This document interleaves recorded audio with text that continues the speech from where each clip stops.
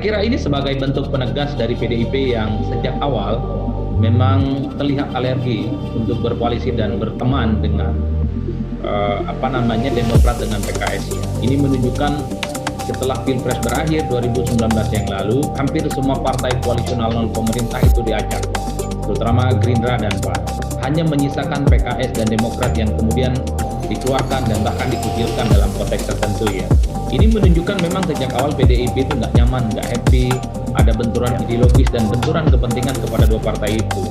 Sehingga tidak mengherankan sebenarnya kalau Sekjen Hasto itu kemudian menyebut untuk 2004 sekalipun mereka mengharamkan partainya untuk berkoalisi dengan PKS dan Demokrat. Ini tentu akan membuat konfliktual politiknya akan semakin mengeras ke depan, Mas Kevin. Apa untungnya? Ya tentu ini untuk mengonsolidasi basis-basis dukungan PDIP yang selama ini memang alergi, memang tidak suka terkait dengan PKS dengan Demokrat. Tapi dalam rezim politik demokrasi elektoral, di mana one man one vote itu adalah segala-galanya, tentu ini menjadi salah satu kerugian penting karena sekecil apapun partner koalisi, entah itu partai yang ada di parlemen ataupun non parlemen, ini tentu tidak menguntungkan.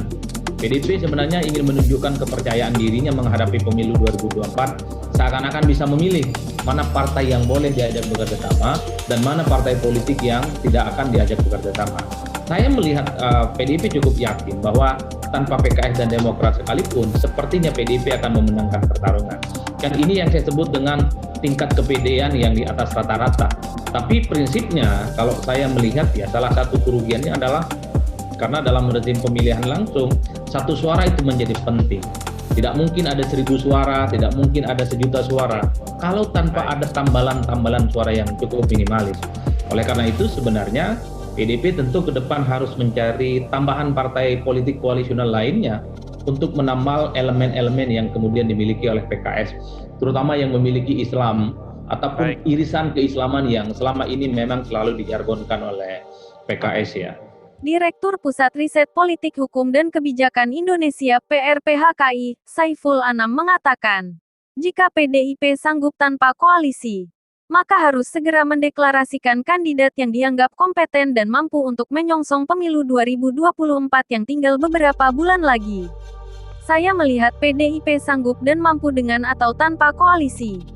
Dengan jumlah suara dan kursi di DPR, PDIP dapat dengan mudah mengajukan dan mendeklarasikan calonnya pada Pilpres 2024 mendatang. Jika melihat petugas partai, PDIP tidak kekurangan stok calon presiden, di mana terdapat Puan Maharani, Ganjar Pranowo, dan bahkan sosok Megawati Soekarnoputri yang masih dapat dimajukan sebagai kandidat alternatif. Dengan jaringan yang telah menguasai pemerintahan selama kurang lebih 10 tahun, sudah cukup mumpuni dari segi apapun untuk mempersiapkan pemenangan pemilu 2024 mendatang. Tidak kalah pentingnya, dari segi infrastruktur politik, PDIP lebih siap daripada partai politik lainnya. Sehingga tidak ada alasan untuk menunda-nunda kandidat yang akan diusung pada 2024 mendatang.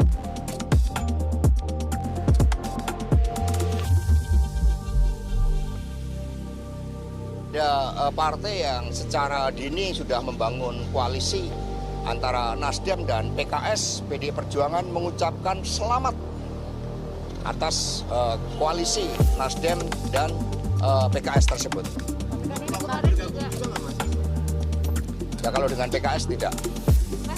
PDIP akhirnya memberikan kode dengan siapa partainya akan menjalin kerjasama di pemilu 2024. Partai besutan Megawati Soekarnoputri itu yang jelas tidak akan menjalin kerjasama atau koalisi dengan Partai Demokrat.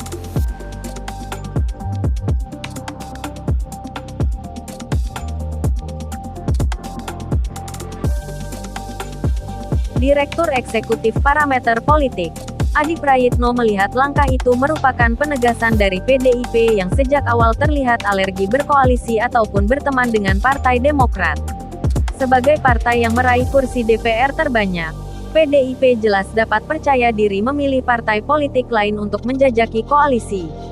Namun Adi menilai PDIP tak bisa jalan sendirian di Pilpres 2024. PDIP dinilai harus mencari tambahan parpol lain untuk menambal suara pemilih.